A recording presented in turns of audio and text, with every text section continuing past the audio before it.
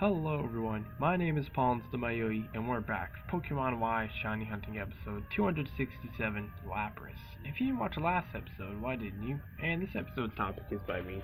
It's a personal thing, so I'm just gonna say it.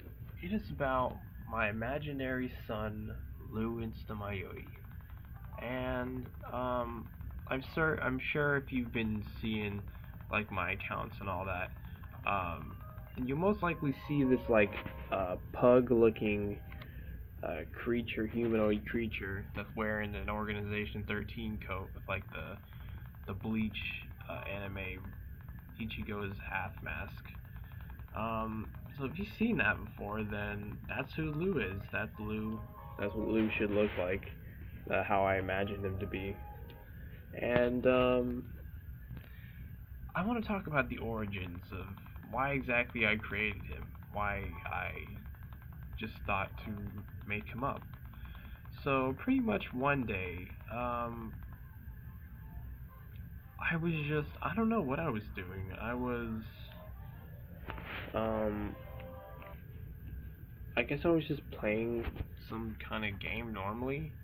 Or where it originated from. Okay, so the reason why Lou is a pug is because my original love for pugs came from my best friend because well, he used to, but he doesn't have them anymore because sadly they passed away.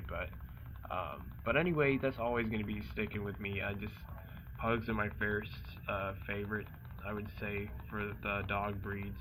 And I've seen many dogs. I just like pets in general, but just pugs I have a special connection with, just because I had such a special connection with my best friend and his family, and yeah. Anyway, so that's pretty much why Lou is a pug. I just thought it was fitting, but also the reason where I came up with the name Lou is it was kind of his original name was going to be Luap, which was Paul backwards. And I was like, okay, that's pretty lazy, so I'm going to be kind of throwing off a little spin to it. It is still kind of lazy that I named him that, but I just not good at names. I just wanted him to be as closest to me as possible without it being so obvious that the name was backwards. But that's why I just removed the AP at the end and just kept it with LUE, and that's where I got Lou. So that's where I came up with the name Lou, and pretty much his story is um, so pretty much, let's say, it's gonna spoil the animation, the sprite series, because spoiler alert, he is going to be in that animation. I haven't made his sprites yet, but I will. He is going to be in there. He is. You can bet for sure that he's gonna be in there. He's one of the main characters. As me, I'm the main character, but he is definitely, because he's my son, so he's like, yeah, he's definitely gonna be a main character. But anyway, so pretty much his story is, well, you're gonna hear it now, but you'll also see it in the animation still, even though I'm telling you now. So pretty much he's just supposed to be a normal pug, like imagine in the universe that there wasn't Pokemon and it's like made up. So pretty much me, I'm like a hero and all that, and Lou is pretty much my not only my pet pug, but he is quite the helper as well. He helped me out with a lot of little things that I couldn't do, and yeah, so pretty much he's a big help. And I'm gonna add like an episode as well to that. It's gonna mainly be about the whole Pokemon world in Kanto, but it's also, like I said, it's gonna have pretty much like a whole episode dedicated to that. If it's long enough, then it might be more than an episode. But I want to make sure it's like a whole episode just based on the origins of the normal without like the whole Pokemon thing. So so pretty much how Lou is like created, how he gets turned into from a normal pug into a like a humanoid pug, is pretty much in that universe, in that parallel timeline.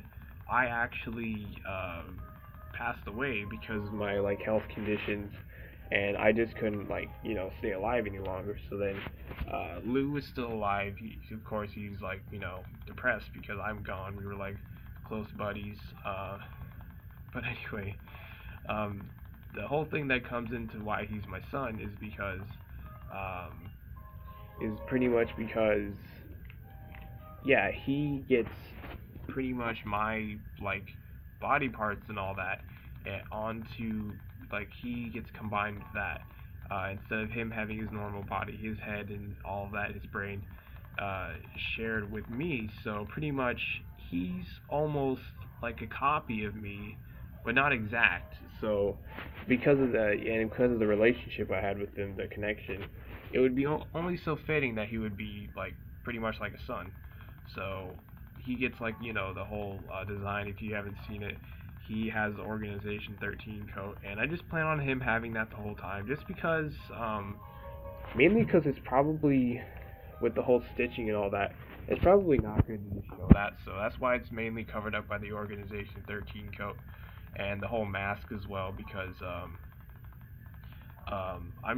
that's where the kind of smart logic comes in, because, like I said, half my brain was fused with his, um, even though most dogs' brains are, like, really small, but, yeah, but anyway, mainly, of course, like, you'll see the scarring as well, so, it's just best to have, like, the mask cover that up, and then the whole, well, I guess you don't need the hoodie on him to cover that, but, yeah, but anyway, so, yeah, so, pretty much that's Lou. That's how he became who he is, and he just,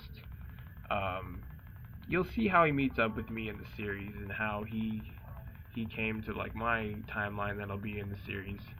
But I just think that's really cool, because it just adds more story to, like, really important characters to me. And he's, yeah, like I said, he's an awesome one, because I just love pugs. And oh yeah, also, like, the things that are added onto him, like, he has pretty much my well, I guess when I'm making the sprite, when it's, like, showed on the pug face, the pug half, where it's not covered by the mask, I think that's where I'll have, like, the normal, like, um, normal brown eye, because usually pugs just have brown eyes, but, yeah, I think that's what I'll do, because with when I use it on the picture, I just, like, made them both green, like, I took a picture of my actual eye, and, just, like, put it onto the picture, and then put, like, my, me smiling, having my smile copied on the picture as well, um, so yeah, but I won't make it exactly like that. Like I said, I should be more technical, because with the sprites you can do very specific things, and it would make sense, because it's like your half and then the other half, and I just think that's really cool. And if y'all didn't know, I also made a, yeah, I think I did this while I was, like, my toe was, like, all messed up. Um, I made 3 pictures, one of me, one of Lou, and then one of Mystery. And I'll talk about Mystery about, that's actually the next topic on the list of the personal stuff, so you might see it tomorrow. I don't think, because it's got to go through all the other sections as well, which is not that many, but still. But anyway, yeah, but that's pretty much who Lou is. That's where he originated from.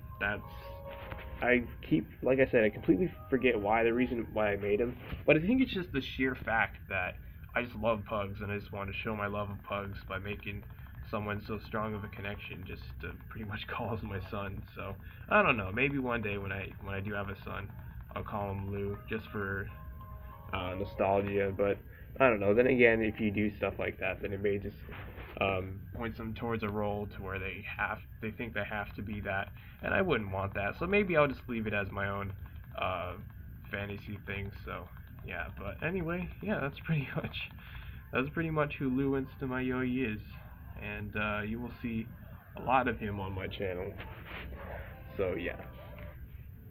But anyway, yeah, that's pretty much it for that. So anyway, I'm going to continue talking about the Beyond the Boundary anime, English dubbed, like I was talking about the last episode. So you don't want to hear about it, don't want to have spoilers or anything like that, then you can meet the episode now.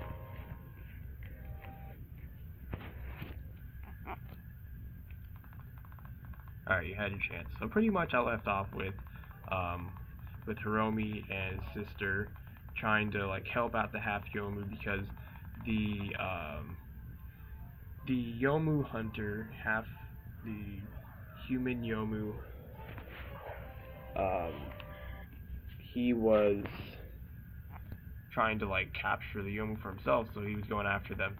But then when they got to a certain point to where the half Yomu, well, how do I? Oh man, I hate saying half Yomu because now there's two of them. How about this? I'll call him the Banana Juice Yomu. That sounds pretty fitting. So the Banana Juice Yomu damaged the half Yomu, and then the half Yomu showed his true powers because when he's like hurt to a certain point, he just gets loses consciousness to his Yomu conscience, and that like makes him like power hungry and want to kill everything. And that's where his real power comes in because he's strong normally, but when he gets unleashed, he's like that's where he gets invincible. I'm pretty sure, immortal, and well, normally when he's just his normal human-looking state, he can like get chopped up and everything and just live. It just hurts a lot for him. Still, it's not like the pain is negated, but anyway, yeah. Then that pretty much is where they really learned about him, Hiromi, and not his older sister, his younger sister, and yeah, that's pretty much where that whole part of the anime just starts. That's where Hiromi and the Hafiyomu actually start to be really good friends.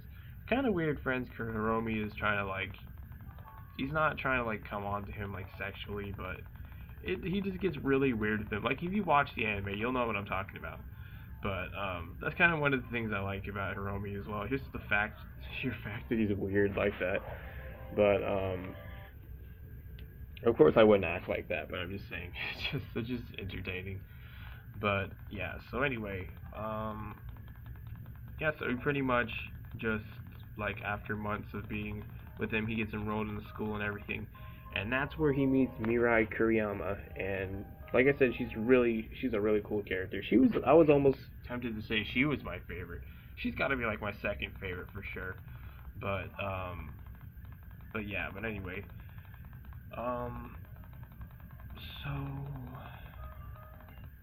yeah, the half Yomu. So another thing about him, he really likes just girls with glasses, and funny enough, Mira, I think that's the only reason why he likes her.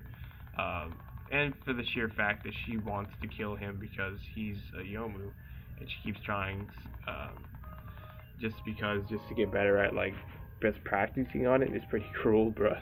It's pretty cool, but I don't know. When I just say "but" before, I sound like I said "bruh." No, I would never say that. That's just I hate that word so much. So dumb. But anyway, yeah. So I was just saying it's harsh because you find out, and he even says it that she was like just trying to practice on him by chopping him and everything, even though she knows he feels the pain, but she doesn't care. Which that's horrible. That is really horrible. But yeah. So anyway, so like I said, that's how they meet. Well, they don't meet just normally in the school, like just as school classmates. They pretty much meet on the roof. Like he sees her on the roof, and he just gets attracted to her because she has like glasses and all that. And then she knows he's a Yomu. She like you find out way further in the anime that she knows about him way before she finds out about her. And yeah, it's pretty much where that starts out with. They were on like the roof and all that, and then he just gets stabbed by her. Well, her special ability is she can turn her blood into a sword. That's like her cursed clan. She's the only one left of it. But anyway, yeah. Then she just like stabs him, and then that's where the whole thing blossoms. Well, it sounds pretty cruel, but anyway.